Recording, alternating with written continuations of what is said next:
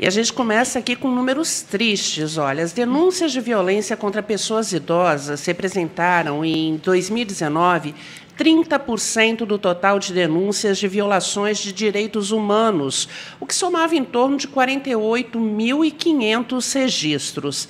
Em 2018, o serviço recebeu 37.400 denúncias de crimes contra idosos.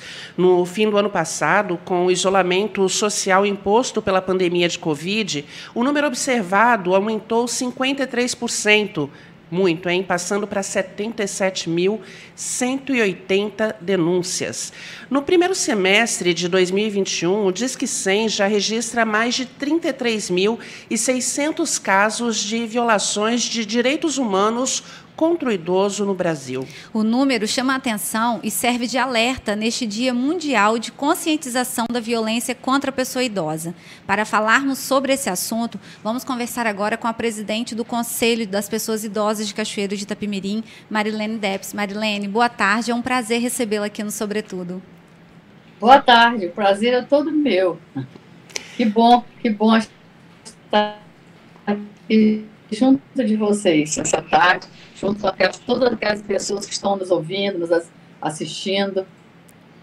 Marilene, boa tarde, obrigada por você estar aqui com a gente.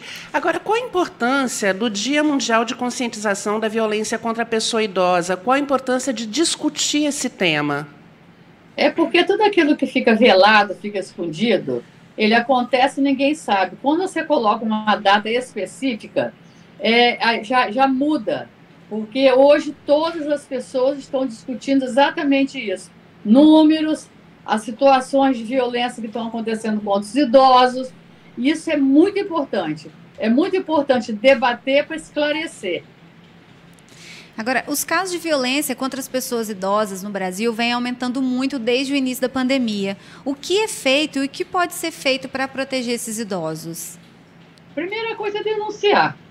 É denunciar Delegacia da Mulher, que também atende os idosos, denunciar no Conselho, no CREAS, tem a Polícia Militar, Disque 100, tem várias formas de denunciar. E nós não podemos deixar o idoso, porque o idoso é muito vulnerável. Ele é vulnerável, ele é inseguro, ele não tem forças para ele se defender. Então é importante que nós, sociedade civil, não só a civil, como também a própria política pública, ela esteja voltada em defesa do idoso.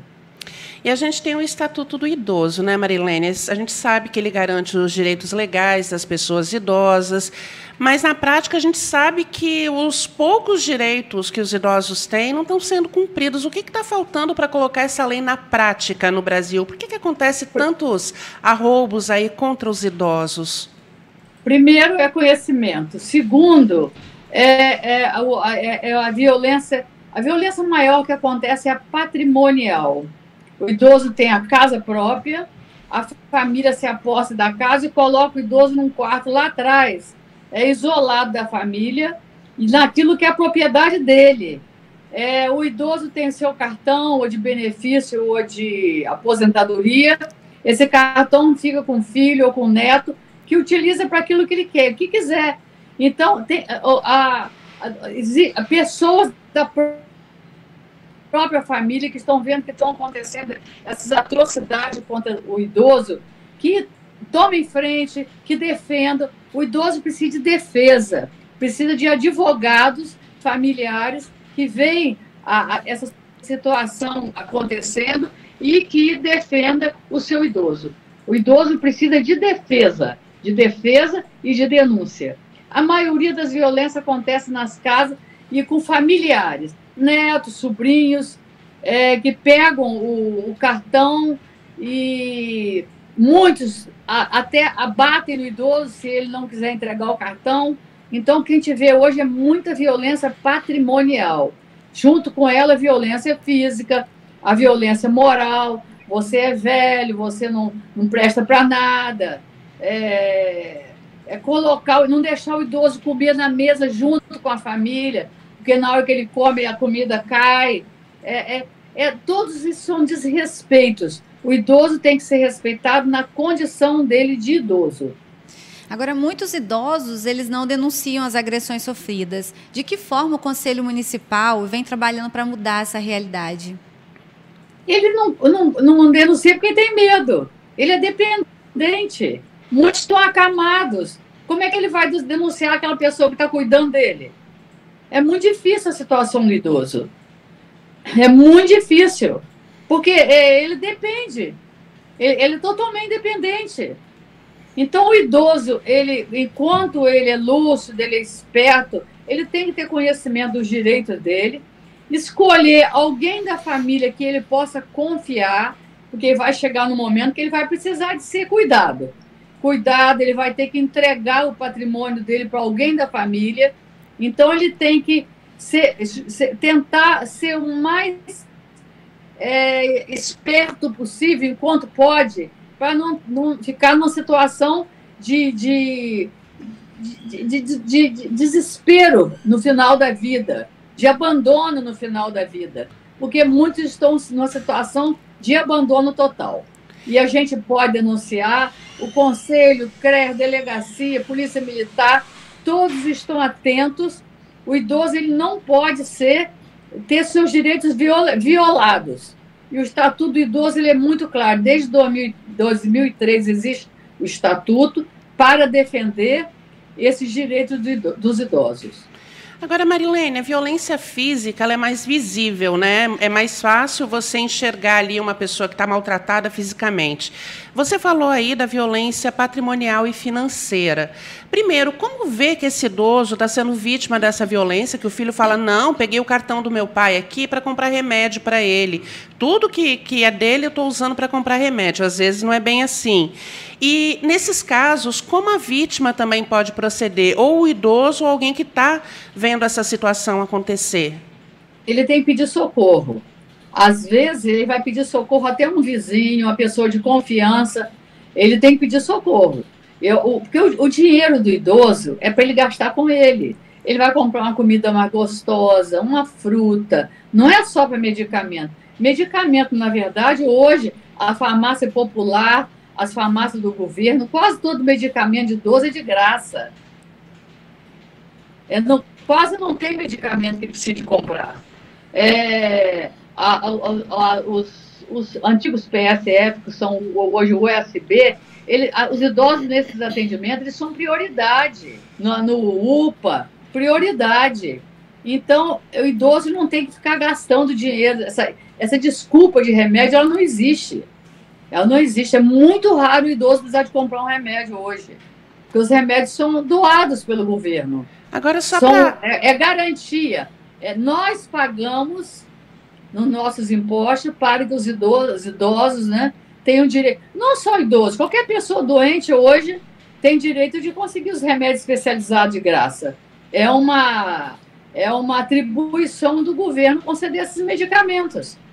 Agora, se for descoberto realmente que esse filho, sobrinho, esse parente aí está utilizando esse dinheiro do idoso, que não é para ele, não tem o consentimento desse idoso para gastar, isso é crime? Isso vai para a esfera criminal? Crime, denuncia na delegacia da mulher, denuncia a Polícia Militar, denuncia no CREAS, que vão ser tomadas medidas necessárias contra esse familiar que está se apossando do dinheiro do idoso.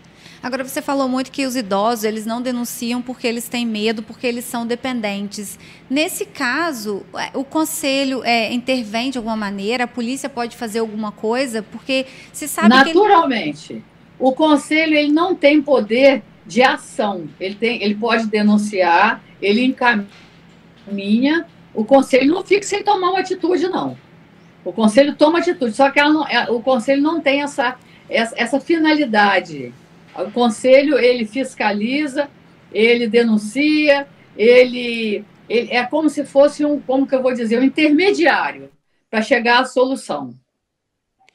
Agora, muitos familiares também não sabem como lidar com seus idosos. A gente sabe que tem pacientes acamados que precisam de uma atenção a mais.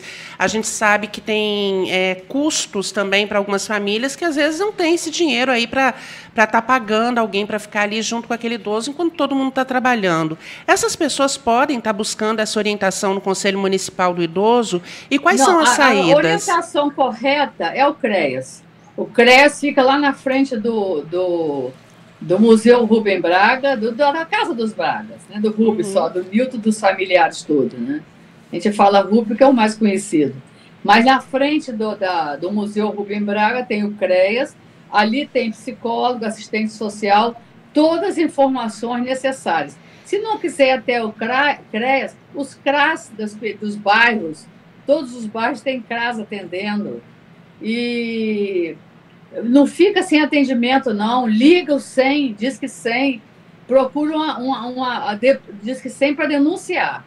Mas não deixa esse idoso sofrendo maus tratos, sofrendo desrespeito. Não permita isso aí, porque o idoso hoje é prioridade. Prioridade nos bancos, nos supermercados. Onde o idoso estiver, ele é prioritário. Agora, Marilene, as pessoas com mais de 60 anos foram as que mais saíram do mercado de trabalho por conta da pandemia. E esse segmento também foi o mais afetado no sentido de contrair a doença. Isso aumenta ainda mais o preconceito que já existe com esses idosos? Não, o que aconteceu? Eu sou proprietário de uma casa de idosos. A casa Vila Conchego, como todos, aqui em Caxias são 4. A minha é particular. Tem o Nina Aroeiro, o Adelso, João 23. Todas foram vacinadas. Em primeiro lugar foram as casas de idosos. Porque como estavam morrendo muitos idosos, principalmente na Europa, aquilo assustou todo mundo. Então, aqui no Brasil, a vacina foi prioritariamente para esses idosos. Porque a maioria dos idosos que estão em lares, em instituição de longa permanência, são idosos, maioria, com mais de 80 anos. Pode entrar com mais de 60, mas, no geral, são os idosos que já estão debilitados, acamados, com Alzheimer, que tiveram AVC. Então, eu não vejo muito preconceito por conta da vacina, porque, felizmente, os idosos foram os primeiros a serem vacinados. Então, isso aí não houve esse preconceito. Porque os idosos têm que ficar espertos agora, que muitos tomaram a primeira dose e não tomaram a segunda. Eles têm que ir atrás da segunda dose. É isso mesmo, assina embaixo, Marilene. Tem que tomar a segunda dose, a primeira só não resolve o problema. A segunda dose é importante para fazer a imunidade do corpo ficar forte, combater esse vírus aí danado, né, que fez tudo isso com a vida da gente. E é isso, a gente conversou então com a presidente do Conselho das Pessoas Idosas de Cachoeiro de Itapemirim, a Marilene Depes. Marilene, obrigada, tá? E o que você deixa aí de recado para os familiares, para os idosos, para toda a população nesse dia? Cuidar dos idosos da forma mais carinhosa possível.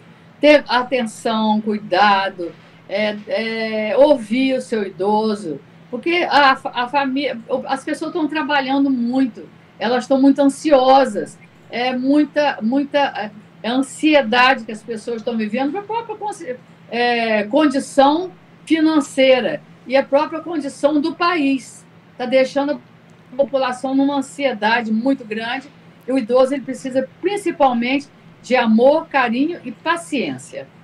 Marilene, muito obrigada pela sua participação aqui. Esperamos nos encontrar em outras oportunidades para a gente retomar esse assunto e falar mais, que a gente tem que falar muito sobre isso.